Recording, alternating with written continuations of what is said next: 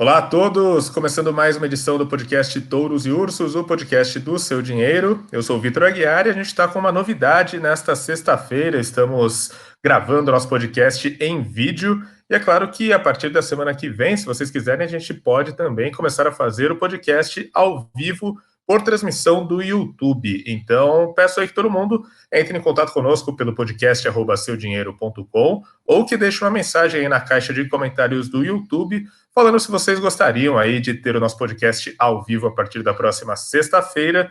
Claro que, né, a gente está contando aí com toda a participação de vocês. A gente já recebe muitas participações pelo e-mail, mas se vocês quiserem também podemos começar a responder perguntas ao vivo dos nossos espectadores, dos nossos ouvintes e dos nossos leitores. Bom, comigo hoje estou acompanhado do Vinícius Pinheiro. E aí, Vini, tudo bem? Fala, Vitor, tudo bem? Bem-vindos aqui ao bunker aqui de casa. Já peço desculpas aí aos ouvintes, agora telespectadores, pela bagunça. Pois é, eu também estou aqui falando direto dos estúdios avançados da minha casa, que estou na parede aqui do quarto. Não tem assim uma decoração ainda muito pronta, mas conforme a gente for melhorando aqui a nossa transmissão, vou também deixando a casa mais arrumada, igual o Vini fez. O Vini, né, fez uma faxina em casa para aparecer no vídeo aqui. Prometo que a partir da semana que vem eu também faço algo parecido. Bom, Até no me programa perfumei, de... Vitor. Opa, aí sim, hein? Bom, no programa dessa sexta-feira, é claro que a gente vai falar sobre as novidades, né, no cenário político aqui do Brasil. A gente teve uma semana bastante turbulenta, uma semana bastante movimentada lá na capital, mudanças no Ministério da Saúde e muitos atritos lá no Congresso, né? A gente teve a aprovação pela Câmara da chamada bomba fiscal, mas a gente também teve a aprovação do orçamento de guerra. Claro que esses três temas estão relacionados ao surto de coronavírus e a maneira como combater aí as consequências econômicas e de saúde pública da doença aqui no nosso país. Ainda falando do fronte de coronavírus, a gente vai falar também sobre a questão dos impactos nas economias globais, né? Dados lá dos Estados Unidos e da China mostraram, sim, que a economia mundial está sentindo os efeitos da pandemia, mas a gente também vai falar sobre os planos aí de reabertura gradual que já começam a ser colocados em prática tanto na Europa quanto nos Estados Unidos. Claro que a gente vai falar também sobre o comportamento dos mercados nessa semana. A gente viu aí que o Ibovespa, né, ele tem conseguido sustentar um desempenho um pouco mais calmo, um pouco mais ameno, mas o dólar à vista ele segue estressado, já está aparecendo perto da casa dos R$ 5,25. E também, ainda falando do coronavírus, a gente começa a ver aí algumas primeiras iniciativas mais concretas quanto a um possível tratamento para a doença. Bom, durante o nosso programa não teria outro tema que não, né, essa situação mais turbulenta que a gente vê em Brasília. E ontem a gente teve aí a demissão, né, a consumação, né, porque de fato já era uma coisa que era amplamente esperada, e ontem a gente teve aí a demissão do Luiz Henrique Mandetta do cargo de ministro da Saúde. Já foi anunciado o seu sucessor, que é o oncologista Nelson Teich. E bom, né, de fato, desde a semana passada, quando começaram a surgir ali os primeiros sinais mais concretos de desgaste na relação entre o Mandetta e o Bolsonaro, o mercado já especulava em relação à saída do ministro, mas me parece que, né, nesse fim de semana, com uma entrevista do Mandetta à TV Globo, em que ele cobrava aí um discurso unificado por parte do governo, me parece que a situação dele ficou, de fato, insustentável. Bom, né, claro que a gente pode, né, sim, discutir ali a questão da política de saúde, né, se de fato o Mandetta estava certo, se não estava certo e etc. Mas eu acho que o objetivo do podcast não é esse, até porque, né, nem eu nem o Vini não somos autoridades médicas para tal. Mas eu acho que, né, é muito importante que os investidores, que os nossos ouvintes tenham em mente que, de fato, essas movimentações na pasta da saúde, elas podem, sim, mexer diretamente com os investimentos e mexer diretamente com o rumo dos mercados, né, Vini? Ô, Vitor, você não teve aulas de medicina durante o seu curso de jornalismo? Olha, realmente era optativo lá na faculdade, sabe? Essa daí eu não fiz. Pois é, agora tá fazendo falta, né? Quem diria, né? Ô, Vitor, a gente está vivendo nesse realismo fantástico, né? A gente podia estar aqui no romance do Gabriel Garcia Marques. Esse nosso realismo fantástico, a saída do ministro Mandetta era já uma crônica, né? Crônica de uma demissão anunciada. O presidente Jair Bolsonaro, no pronunciamento que ele fez, inclusive de maneira simultânea ao pronunciamento do ministro Mandetta, de despedida ontem à tarde, ele comparou o fim da relação entre os dois a um divórcio. O presidente Bolsonaro gosta bastante de usar esse tipo de metáfora de relacionamento, e acho que nesse caso ele está corretíssimo. Para mim, é óbvio que havia ali as divergências conhecidas entre o ministro e o presidente na forma, né, sobre a forma como lidar com a pandemia, mas o que para mim que aconteceu ali foi uma crise de ciúmes, Vitor, do presidente com relação ao ministro. O ministro ganhou um protagonismo nessa crise que, na minha opinião, incomodou o presidente. Eu digo isso porque o agora ex-ministro Mandetta nem de longe era um radical do isolamento. Em várias entrevistas coletivas que eu pude acompanhar do ministro, ele já vinha falando de ter uma volta seletiva, estudou-se a possibilidade das regras de isolamento serem abrandadas em algumas regiões em que você não tem uma pressão sobre os sistemas de saúde. Então, não via o ministro Mandetta como um radical, a ponto de isso ser o estopim para a saída do ministro do governo.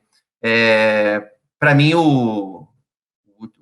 a gota d'água foi realmente a entrevista que ele deu para o Fantástico no domingo. A gente até chegou a comentar, né, Vitor, no nosso grupinho lá de WhatsApp, sobre essa entrevista do ministro. Para mim, ali foi a gota d'água, mas mesmo já no podcast da semana passada, a gente já comentou que o ministro Mandetta já era um ex-ministro em atividade no governo, era realmente uma questão de tempo para ele sair, ou ele sairia realmente agora durante a pandemia, o que, na minha opinião, não era o ideal, mas acabou acontecendo, ou logo depois que a pior fase do surto passasse, ele iria sair do governo.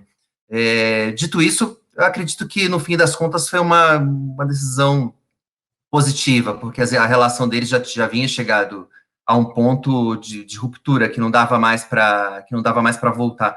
Então, acredito que as ações ali de combate ao coronavírus no governo federal ficariam muito prejudicadas com essas duas cabeças, cada uma falando uma coisa diferente. Então, embora eu até esteja do lado do ministro Mandetta, eu estou do lado não sei você, Vitor, mas eu estou do lado ali dos 70% da população que defendem que defendiam a atuação do ministro Mandetta no comando da saúde. Embora eu fosse um defensor, também acredito que da maneira que estava realmente não podia continuar. Agora resta saber como é que vai ser o trabalho do novo ministro, do Nelson Teich, e para mim a própria escolha do Nelson Teich, e não, por exemplo, a do Osmar Terra, como se chegou a especular, me demonstra que, para mim, isso não passou realmente de uma crise de ciúmes do presidente, porque, pelo que a gente conhece, o Nelson Teich é um oncologista, tem um perfil técnico, e eu duvido muito que ele vá tomar alguma medida ou alguma decisão que não seja amparada por bases científicas. O que eu acredito que ele vai ter é uma atuação mais discreta. E quando ele falou e ressaltou ali em dois momentos do pronunciamento dele o alinhamento com o presidente, eu acredito que o alinhamento, Vitor, vai nessa linha. Qual que foi a tua impressão sobre o caso Mandetta? Não, né, eu também concordo com você, principalmente no sentido de que Eu vinha, assim, dando respaldo à atuação do ministro Mandetta. Eu achava que a condução dele do caso estava correta, mas, de fato, né, no ambiente belicoso que se criou em Brasília entre ele e o presidente Jair Bolsonaro, realmente eu acho que ficava cada vez mais complicado de, em primeiro lugar, se ter sucesso na implantação das políticas de saúde pública para tentar conter o avanço do vírus, e em segundo, né, pensando aí já no momento posterior do que fazer em relação à economia, né? Eu acho que o choque entre os dois, ele estava ocorrendo de maneira tão virulenta, com perdão do trocadilho, mas eu acho que era infrutífero, né? Já estava começando a chegar num ponto em que, na verdade, não se conseguia mais fazer nada, nem do ponto de vista de saúde pública, nem do ponto de vista de economia, e o resultado seria o pior possível. Também concordo com você quando você chama a atenção para o fato do perfil técnico do Nelson Teich. Então, né, substituiu-se Mandetta não por um político, não por alguém da ala ideológica, não por alguém que fosse ser 100% subserviente aos ideais do presidente Jair Bolsonaro, mas sim a um médico que sim tem o respaldo da comunidade médica e científica, e eu acredito que, tendo em vista esse histórico do Nelson Teich, ele não vai tomar nenhuma decisão que seja radicalmente contrária à condução que o Mandetta estava tendo lá no Ministério da Saúde. Mas também, dito tudo isso, é claro que a demissão do Mandetta, ela caiu de uma maneira ela foi muito mal recebida pela classe política, né? O Mandetta, ele tinha um apoio muito grande no Congresso, ele tinha o apoio da maior parte dos prefeitos e dos governadores, e, é claro, ele tinha um respaldo popular muito expressivo. Então, o ambiente entre governo e Congresso, que já estava deteriorado, né, a gente via ali as relações entre o Bolsonaro e o Rodrigo Maia e o Davi Alcolumbre, né, já estavam ali desgastadas. Com a demissão do Mandetta, eu acho que essas relações tendem a piorar ainda mais, e tendo em vista que a gente tem projetos econômicos em andamento nas duas casas, tendo em vista que a gente tem muitas pautas que estão sendo discutidas e que a gente parece entrar numa fase de antagonismo entre o governo e o Congresso, talvez a demissão do Mandetta ela venha a dificultar ainda mais uma condução harmoniosa aí desses assuntos de interesse do país, tanto na área da saúde pública quanto na área da economia. Você falou tudo, Vitor, até porque no próprio discurso, no próprio pronunciamento em que anunciou a demissão do ministro Mandetta e o anúncio do Nelson Teich, o presidente Jair Bolsonaro, ele criticou mais uma vez governadores e prefeitos, e ontem à noite deu também uma entrevista para a CNN, criticando duramente o deputado Rodrigo Maia.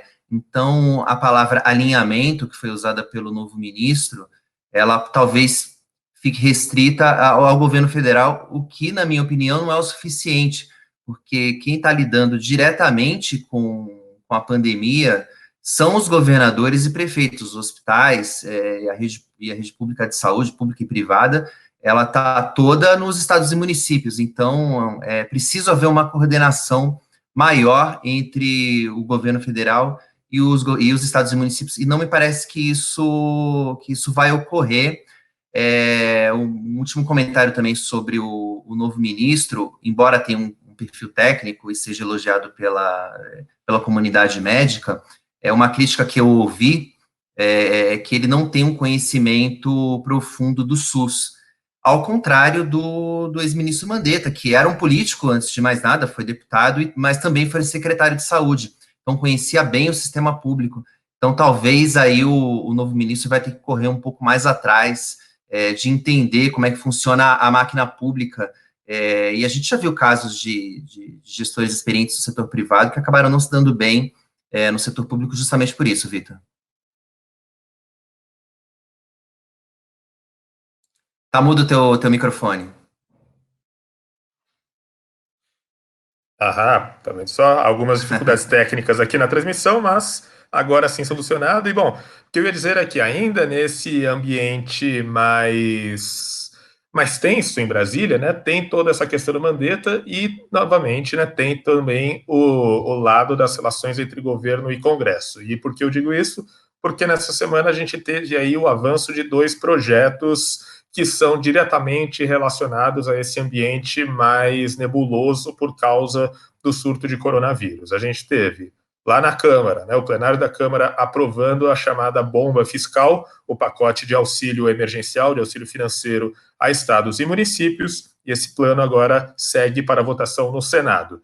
E no Senado a gente teve também a aprovação do chamado orçamento de guerra, que é aquele orçamento aí que prevê uma certa desvinculação dos gastos ligados aí das iniciativas relacionadas à mudança, ao combate aos impactos do coronavírus e que inclui aí muitos outros entes, né?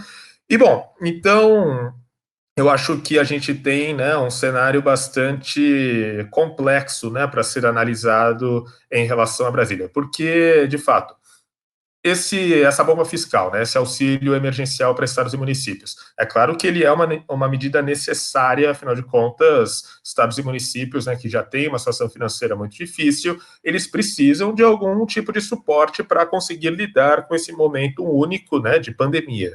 Mas, por outro lado, né, me parece que essa relação desgastada entre governo e Congresso tem feito com que os deputados e os senadores eles estejam pesando a mão no sentido de tentar mandar uma mensagem para o governo. Então a gente tem, por um lado, uma medida necessária, mas por outro, tem se criado sim uma situação fiscal que pode ser muito complexa e muito difícil mais para frente, né, Vini? E aí a gente tem então um problema que é uma equação difícil de ser solucionada, mas me parece que também não se tem feito um esforço muito grande para solucioná-la, né? O princípio é correto da ajuda aos estados e municípios com a pandemia do coronavírus e as medidas de isolamento social que necessárias estão sendo tomadas nesse momento. A economia vai sentir um baque muito grande e do lado dos estados e municípios vai ter uma queda de arrecadação brutal nos próximos meses. O principal imposto dos estados é o ICMS, que incide sobre os produtos, né, e mercadorias que são vendidos, e do lado dos municípios tem o ISS, que é o Imposto sobre Serviços.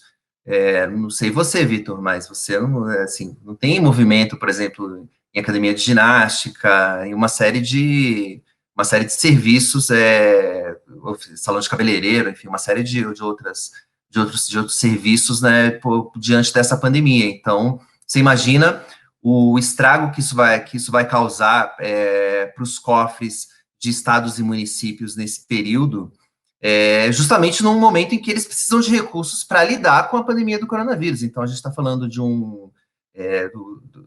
ter um caos econômico no momento em que os estados precisam de dinheiro para lidar com a pandemia, no momento que eles realmente precisam gastar mais, quer dizer, então eles precisam gastar mais e vão arrecadar menos. Então, de alguma maneira, o dinheiro precisa chegar a estados e municípios, e ao contrário da União, do lado da União, o governo federal pode emitir títulos públicos, pode se endividar.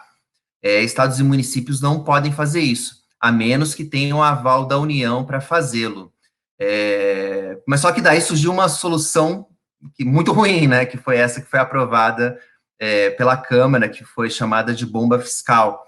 Ela estabelece que a arrecadação que estados e municípios vão perder em razão da desaceleração, da retração, para ser mais preciso, da economia com o coronavírus, vai ter que ser compensada pelo governo federal no mesmo valor.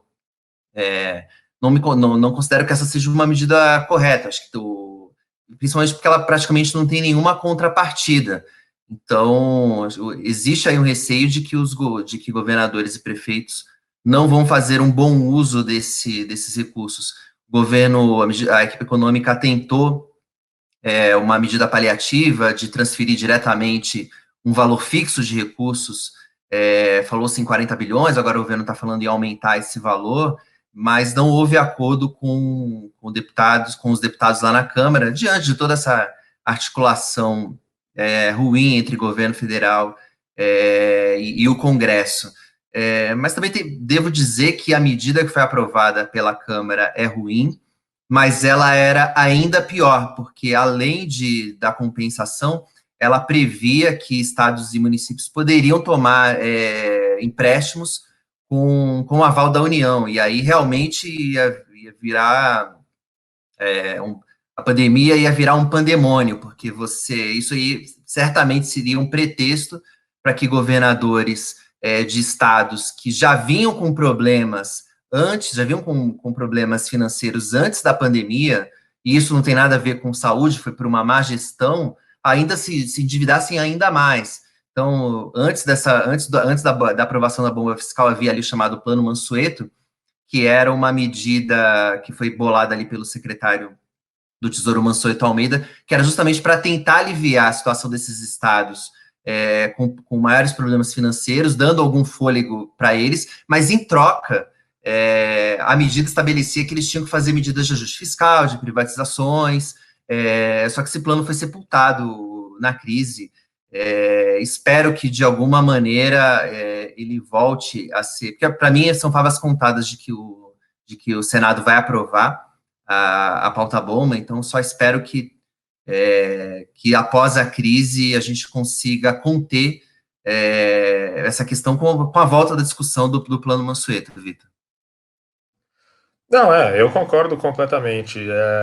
Eu acho que, né, as coisas elas foram conduzidas de uma maneira que muitas vezes tem um atropelo em relação ao que é prioritário e o que não é, e eu acho que sim, era necessário dar algum tipo de suporte financeiro, né, para estados e municípios. É uma situação muito grave a que a gente está vivendo, e como você bem falou, com essa retração aí no setor de serviços, no comércio, então a arrecadação desses entes ela acaba caindo muito, né? Você citou ali academias de ginástica, salões de cabeleireiro, né? Todo mundo pode ver aqui no vídeo. Realmente, eu não fui ao salão de cabeleireiro, então eu tive que adotar uma solução caseira, né, para o problema.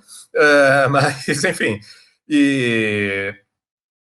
e aí eu também concordo com o que você disse, né, a respeito de que agora, né, que a pauta ela foi aprovada pela Câmara, geralmente é muito difícil que o Senado barre um projeto que é aprovado pela Câmara. Eventualmente pode fazer algum tipo de alteração e aí isso volta para a Câmara, mas barrar realmente eu acho que é complicado.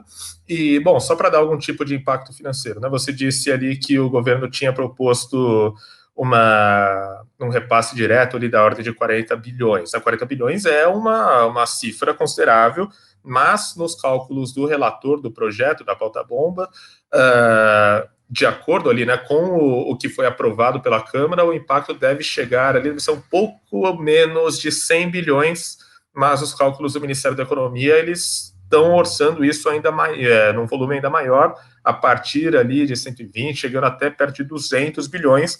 Então, realmente, né, 40 bilhões não é uma quantia significativa, mas é muito menor do que, de fato, vai ser gasto, pelo menos com o texto nos moldes em que ele foi aprovado no Senado, na Câmara. No Senado, nessa semana, a gente também teve a aprovação do texto base do chamado orçamento de guerra, o que, de fato, traz algum tipo de alívio, principalmente do ponto de vista ali da atuação que o Banco Central vai poder ter a partir desse orçamento de guerra, né, recomprando títulos. Pelo menos essa é uma leitura que o UBS fez, e aí essa leitura, segundo o UBS, até justifica uma certa calmaria, né, no fronte dos juros, porque, parece, se a bomba fiscal, né, traz uma pressão extra ali do ponto de vista das contas públicas, então, teoricamente, você precisaria aumentar os juros, poderia ter esse efeito, mas o orçamento de guerra ele também abre espaço para uma atuação do Banco Central no sentido de trazer algum tipo de alívio, né, Vini? Ô, Vitor, dois comentários rápidos ainda sobre a questão da pauta bomba, né? O primeiro é que você mandou bem aí como cabeleireiro, ficou muito bem o seu novo corte, seu novo Não, visual. eu acho que poderia ser pior, mas eu não me dou por todo insatisfeito, não, viu? Eu não vou me arriscar, não. Eu vou aparecer nos próximos vídeos aqui. O meu cabelo vai estar ainda mais bagunçado, porque o crescimento não é nada ordenado aqui.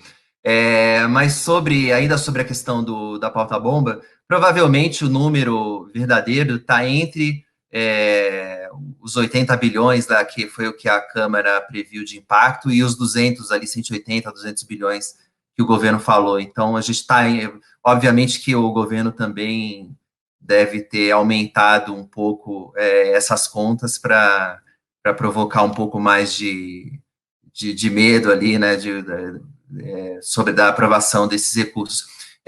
O outro comentário sobre essa questão ainda, é que existe ali, acho que uma maneira de resolver essa questão de distribuição de recursos para estados e municípios de uma maneira mais definitiva, já está no próprio Congresso, que é a PEC ali do Pacto Federativo, que foi mandada no final do ano passado pela equipe econômica, e que hibernou, né, primeiro diante da própria dificuldade de articulação do governo com o Congresso, e segundo, diante da pandemia do coronavírus, né, então acho que é algo muito importante que a gente não pode perder de vista em nenhum momento, essa pauta do pós-crise.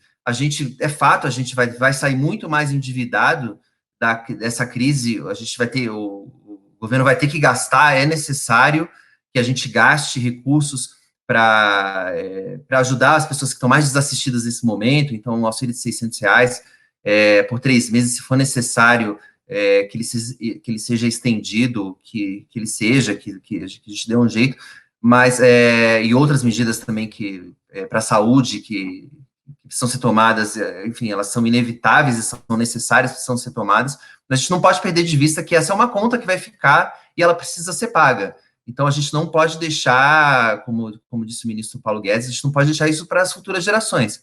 Nós vamos ter que pagar essa conta de algum jeito. Acho que é isso que as pessoas têm que deixar claro, que dinheiro não nasce em árvore. Essa é uma conta que vai ficar e é bom que a gente pague, que a gente não empurre com a barriga para a gente não ficar como a gente ficou com a reforma da Previdência, que acabou se criando um rombo, que não fomos nós que criamos, mas que a gente está tendo que pagar. Então, acho isso bastante importante. Sobre a questão do Banco Central, medida importantíssima, o Banco Central precisa de arsenal para lidar com a crise, a autorização para que o BC entre no mercado de títulos públicos comprando diretamente é fundamental. A gente viu o que aconteceu com o mercado de juros quando o mercado ficou disfuncional ali em março, as taxas futuras dispararam, a gente praticamente viu juros acima de 10% ali na curva. A curva ainda está empinada, né? Ela deu uma desinclinada, ela deu uma boa desinclinada, é horrível esse termo, né? Mas é o termo que o mercado usa. Não sei como falar de outra maneira, enfim, mas essa pressão que havia sobre os juros futuros, ela diminuiu, mas a gente não sabe o dia de amanhã, não sabe o que vai acontecer, embora a gente até vai discutir daqui a pouco. A gente tem visto algumas notícias positivas, agora bem recentemente, com relação ao coronavírus, mas é importante que o Banco Central tenha todo o arsenal na mão para poder lidar com os mercados em momentos de crise, Vitor. Não, enfim, né, aproveitando o gancho que você deixou, né, sobre as notícias positivas lá do exterior, né, a gente, né, nessa primeira etapa do podcast, né, se dedicou aqui às questões internas, mas lá fora a gente também teve um noticiário bem intenso e um noticiário que pode ser dividido em duas frentes, né, a frente dos dados econômicos, que começam a mostrar, de fato, os impactos do surto de coronavírus sobre as principais economias do mundo, mas a gente também tem notícias do ponto de vista do planejamento futuro, porque alguns países já começam a colocar em prática, ou ao menos sinalizar, uma reabertura gradual das economias e uma retomada gradual das atividades, então saindo daquele estado de quarentena total para uma leve e demorada reabertura das atividades, né? Bom, passando rapidamente aqui pelos dados econômicos, a gente teve dados principalmente na China e nos Estados Unidos. Na China a gente tem aí dados mistos, né? Porque, por exemplo, hoje cedo, né, foi divulgado o PIB da China no primeiro trimestre e aí a gente viu uma queda de 6,8%, o que é particularmente chocante porque a China ela costuma divulgar números muito fortes, né? A gente está acostumado a ver a China divulgando aí altas de pelo menos 5% no PIB, então ver uma queda no PIB da China já é uma coisa incomum e uma queda de 6,8%. Assim, eu realmente não me lembro de ter visto nada parecido com isso, mas é claro que era um dado esperado, dado que na China o surto de coronavírus, o pico dele foi em janeiro e fevereiro, então ela pegou realmente 3 meses completos de impacto da pandemia. Por outro lado, os dados da balança comercial da China em março, eles vieram melhores que o esperado. Lembrando que em março a China já estava começando a sair da fase mais crítica. É claro, ainda teve uma retração tanto nas importações quanto nas exportações, mas essa retração ela foi menor do que era esperada pelos analistas, que de certa maneira traz sim uma expectativa positiva em relação ao que pode acontecer na Europa e nos Estados Unidos assim que eles começarem a sair também da fase mais aguda, né, que a gente está vendo agora. Nos Estados Unidos, a gente viu os dados de desemprego, eles continuam preocupantes.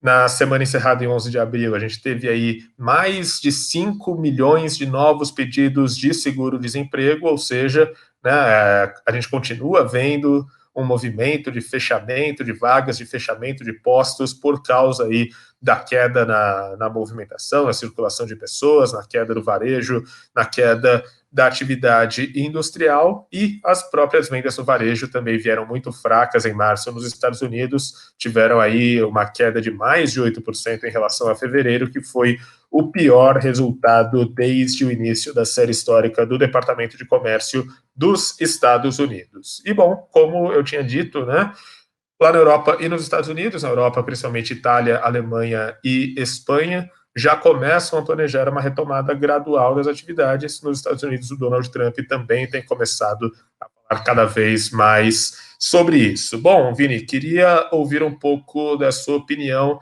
a respeito disso tudo, né? Porque, por um lado, a gente tem aí os dados econômicos, eles mostram uma fotografia passada, né? Uma fotografia referente a março, referente ao primeiro trimestre, que é o estrago que foi feito. Mas, por outro lado, a gente também tem sinais a respeito do que pode acontecer daqui para frente. Então, me parece que é um cenário, digamos, dual, no sentido de que o passado, de fato, foi tão ruim ou pior do que se imaginava, mas o futuro talvez seja um pouco melhor, né? Não sei, Vitor. É... Não, você tem razão, os dados são referentes ao passado, são referentes a março, mas vamos lembrar que março foi só o começo. Então, a gente viu todos os dados da economia americana vieram muito ruins, todos abaixo, com exceção do dado de pedidos de auxílio-desemprego, que vieram em linha, mas mesmo assim vieram muito ruins, a gente está falando de mais 5,2 novos milhões de pedidos de seguro-desemprego lá, mas todos os dados americanos vieram piores do que o esperado. A gente também teve a divulgação dos primeiros balanços corporativos lá fora, dos bancos americanos, e todos esses balanços vieram ruim, vieram abaixo do que era do esperado pelo mercado, e esse impacto só pegou o primeiro trimestre, a gente está falando do balanço do primeiro trimestre. O que será da economia no segundo trimestre, que é onde a gente vai sentir em cheio a porrada do coronavírus? O que veio de positivo, na minha opinião, foi justamente os dados da China. Porque a China já viveu esse impacto inteiro no primeiro trimestre. E eles tiveram essa queda brutal do PIB de 6%, realmente você falou de que não se lembrava, realmente não aconteceu, a nossa geração não viu isso. Quando eu comecei a cobrir mercados, a China era crescimento era PIB de 2 dígitos, então, quando começou a crescer ali abaixo de 10%, já foi um pequeno escândalo no mercado. Imagina ter uma contração de 6% num trimestre. Mas ainda assim... Imagina a gente aqui, né? O Brasil pensou, puxa, o PIB do Brasil cresceu menos de 10%, né? Uau, puxa, agora é a crise, né? Não, pois é. Eu já estava comemorando ali os 2% antes do coronavírus, né? Enfim, mas nem um outro mundo que não nos pertence mais. Sobre os dados da economia americana, o dado de desemprego é o que mais me assusta, porque é aquele que todos nós aqui sentimos na veia aqui, né? Por exemplo, a Bolsa caiu 40% em março, no acumulado do ano, né? Até o fim, no primeiro trimestre. Mas, tem 2 milhões de pessoas na Bolsa, mas isso não afeta diretamente os 200 milhões de brasileiros. Agora, o desemprego não, o desemprego é economia real, né? Embora as empresas não gosto de fazer muito essa separação entre o que é mercado financeiro e o que é economia real, acho que os dois estão conectados, mas o que eu quero dizer é que a queda no preço da ação em si não afeta quem não está na bolsa, quem não tem investimentos diretos na bolsa, ao contrário do desemprego. E lá nos Estados Unidos, se a gente somar os pedidos de auxílio-desemprego nas últimas 4 semanas, a gente está falando de mais de 20 milhões de desempregados. E isso equivale ao total de vagas que foram criadas nos Estados Unidos nos últimos 10 anos. Então, a crise do coronavírus destruiu em um mês o que a economia americana levou 10 anos para construir. E lembrando que os Estados Unidos são muito ágeis, tanto na criação como na destruição de empregos. Enfim, tem muito menos amarras a legislação, praticamente não existe legislação trabalhista lá, né? Os contratos são fechados individualmente, então não tem FGTS, as empresas, em geral, não tem custos para demitir nem para contratar, então isso é muito ágil lá. Mas me coloca um pouco de receio com relação ao que a gente vai observar aqui no Brasil, Vitor. No entanto, o que a gente tem visto nos mercados é que é uma recuperação. A gente até viu o Ibovespa passar de 80 mil pontos ao longo dessa semana. Tivemos um bull market até, né, em relação às mínimas que a gente atingiu em março. Um comportamento que até me intriga de certa forma, mas os mercados têm essa tendência de antecipar tanto a porrada quanto a recuperação mais para frente, né, Vitor? Acho que você podia falar um pouquinho sobre o que você viu nos mercados ao longo dessa semana e o que as pessoas com quem você falou acharam desse comportamento. Não, como você mesmo disse, viu, Vini? Eu também fico bastante surpreso com o comportamento do Ibovespa, né? Porque, ok, o Ibovespa, enfim, agora, por volta de meio-dia dessa sexta-feira, subindo perto de 1%, a gente tem aí um dia um pouquinho mais positivo lá fora, então a gente está meio que acompanhando a tendência externa. Mas, de qualquer maneira, né? Em primeiro lugar, a gente tem um cenário político muito conturbado aqui no Brasil.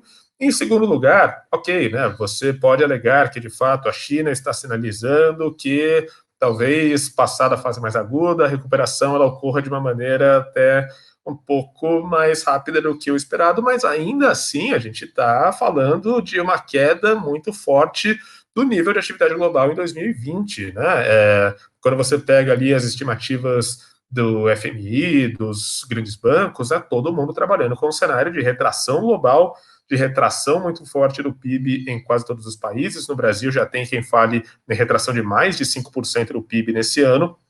Então, ainda assim, né, por mais que as notícias possam inspirar algum otimismo, é um otimismo, mas que ainda numa base muito baixa, numa base muito fraca, tudo por causa do surto de coronavírus. Nesse sentido, eu acho que o comportamento do mercado de câmbio ele é mais adequado para ver aí um termômetro, digamos, mais real em relação à avaliação do mercado, né, aos riscos que a gente tem no horizonte, porque o dólar, ele subiu já nas últimas 4 sessões, e nesse momento ele continua em alta, portanto engatando aí a quinta valorização seguida, já aparece na faixa de R$ 5,27, lembrando que a máxima histórica de fechamento do dólar é de R$ 5,32. Então a gente já está se aproximando novamente da máxima, e de fato eu acho que o mercado ele está sim fazendo aquela aposta clássica em eu não vou sair da bolsa porque talvez eu consiga pegar algum tipo de rally se as coisas derem certo, mas eu também assumo uma postura defensiva comprando dólares, porque se eu der errado eu tenho a proteção no mercado de câmbio. Então eu acho que um termômetro mais real da gravidade da situação é sim o mercado de câmbio, e aí a gente tem visto que de fato dia após dia o dólar tem subido, e tem subido porque realmente os investidores estão sim buscando um hedge, buscando uma proteção, porque tem muita coisa que pode dar errado daqui para frente. Ok, pode dar certo também, então você tem uma posição em bolsa, mas considerando todos esses riscos, é melhor sim buscar uma proteção, e é algo que a gente sempre fala aqui no podcast, né, Vini? A gente comentou um pouco sobre isso na semana passada. O dólar me parece caro no momento, mas não dá para abrir mão de proteção. Na verdade, nunca. A gente já realmente já bate nessa tecla há bastante tempo. Não me pergunte, eu não vou responder nem sobre tortura, para quando vai o dólar, para quando se o dólar vai para 6 ou se o dólar vai para 4,50, porque o comportamento do câmbio é imprevisível e seria só uma maneira aqui de eu me auto-humilhar aqui, fazendo qualquer previsão sobre o câmbio. Mas o que eu posso dizer é que o investidor sempre deve ter uma parcela da sua carteira em dólares, porque a gente está vendo que a pauta do pós-crise ela está muito confusa aqui no Brasil, justamente por conta dessas questões políticas.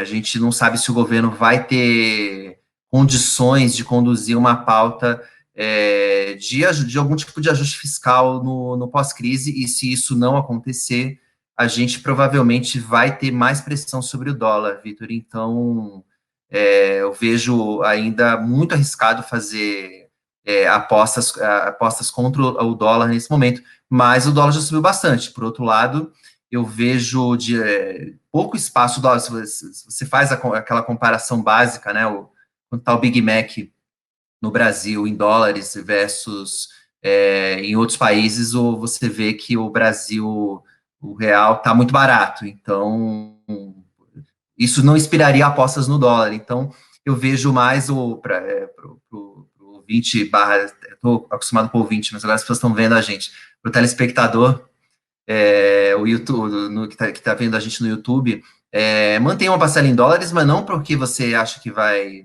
não porque vai para R$ 6, ou não porque vai subir, mas por uma questão de proteção mesmo, sabendo que se as coisas derem certo no Brasil, é provável que a moeda caia, mas isso vai ser algo bom, né? Assim, a perda que você eventualmente tiver nessa parcela dolarizada vai ser compensada por outras posições, inclusive na Bolsa.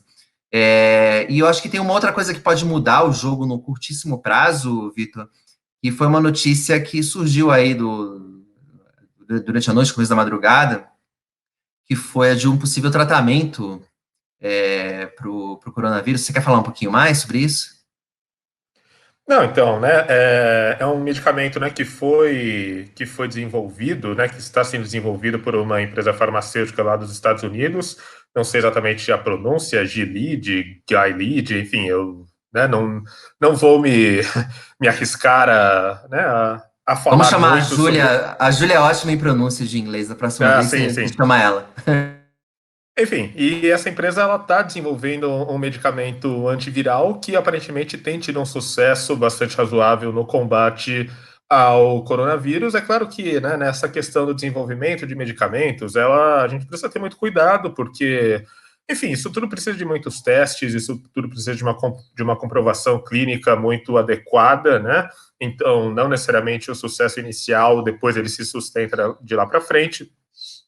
Mas, de qualquer maneira, é uma notícia animadora. É uma notícia que eu acho que todo mundo está esperando algo nesse sentido.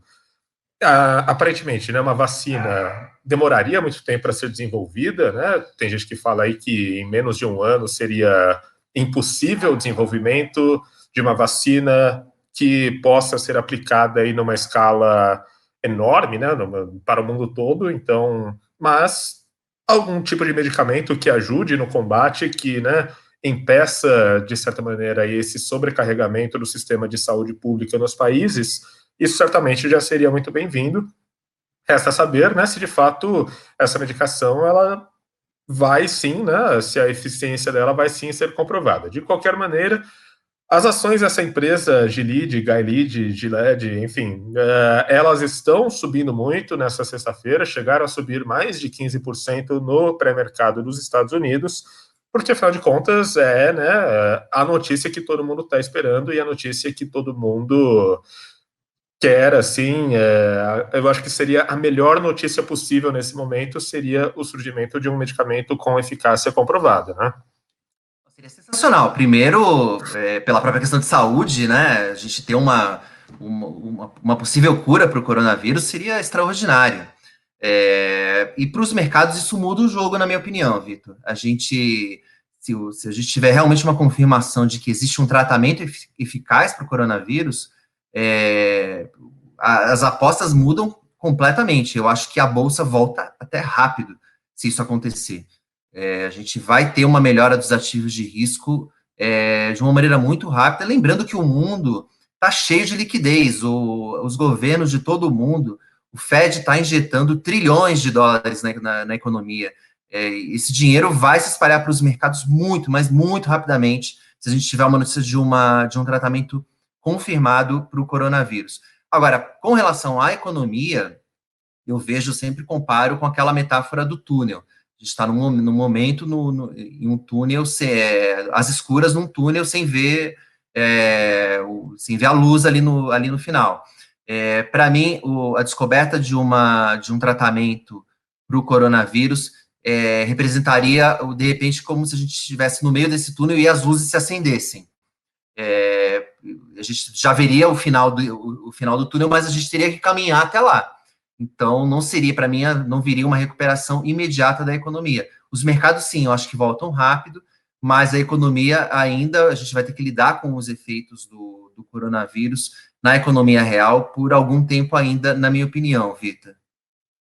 Né, os mercados, eles conseguem reagir, né, ou de maneira negativa ou positiva, de maneira praticamente imediata, mas a economia tem sempre aquela defasagem, né, a gente sempre fala isso muito na questão ali das decisões da taxa de juros, né, não é porque a Selic foi cortada que amanhã as empresas já vão começar a sentir o efeito disso, né, tem um certo período de defasagem entre a tomada de decisão e o impacto real. Mesma coisa nessa questão do coronavírus, né? A gente ainda vai sentir os impactos negativos por algum tempo, e aí depois a gente começa a ver uma recuperação, né? Tem uma defasagem, não é imediato, igual o Ibovespa, que sobe ou desce de acordo com as notícias que são publicadas minuto a minuto.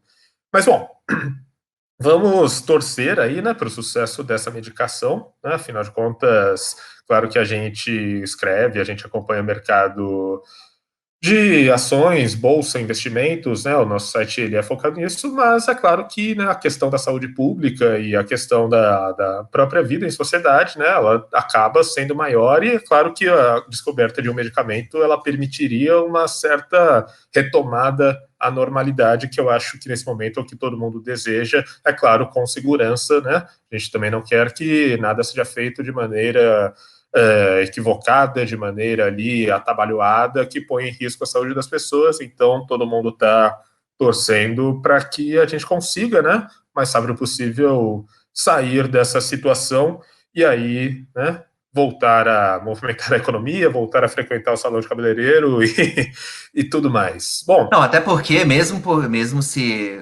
confirmar que existe uma cura para o coronavírus hoje, existe toda uma questão de produção do medicamento em massa que leva tempo. Haja vista só o que a gente está vendo, o apagão aí de falta de produtos como máscaras cirúrgicas, álcool em gel. Então, também não seria voltar à normalidade no dia seguinte. As medidas de isolamento e restrição, eu acredito que elas continuariam por algum tempo mesmo, que neste momento que a gente está falando aqui, seja descoberta um tratamento eficaz para o coronavírus. Bom, com isso, a gente coloca um ponto final no podcast desta sexta-feira. Novamente, convido todo mundo, né, tanto os leitores do Seu Dinheiro, quanto os ouvintes do Spotify e dos outros tocadores de podcasts, e também os espectadores aqui do YouTube, a comentarem, né, a deixarem aí a sua mensagem, se aprovam, se não aprovam, e aí na semana que vem, se tudo der certo, a gente tenta fazer aí uma sessão ao vivo do nosso podcast, o que vai ser aí uma novidade, né? Vai ser a primeira, a gente nunca fez esse modelo ao vivo, mas a gente também quer contar aí com a participação ao vivo, a participação em tempo real de todas as pessoas que acompanham no nosso podcast nas mais diversas mídias. Bom, Vini, muito obrigado pela participação, e semana que vem tem feriado, né? Claro que todo mundo fica em casa, mas de qualquer maneira é feriado, né? Então é isso aí, Vitor. Mandar um abraço para todo mundo agora, aqui podendo ver aqui podendo ver as pessoas aqui, e assistir um pouquinho de Netflix, né? Continuar em casa. Acho que quem puder ficar, a ordem, a recomendação é ficar em casa, porque é uma doença, o coronavírus é uma doença muito traiçoeira e que invisível, né? A gente não, ao contrário da gente aqui que estamos aparecendo, o corona não aparece. Então, a recomendação para as pessoas continuarem em casa e acompanharem a gente lá no Seu Dinheiro. Vamos estar acompanhando 24/7 aqui todas as notícias relacionadas a esse assunto e como elas mexem com os investimentos. É isso aí, gente. Quem puder ficar em casa, fique em casa. Não ache que já dá para viajar, já dá para pegar o carro e ir para algum lugar.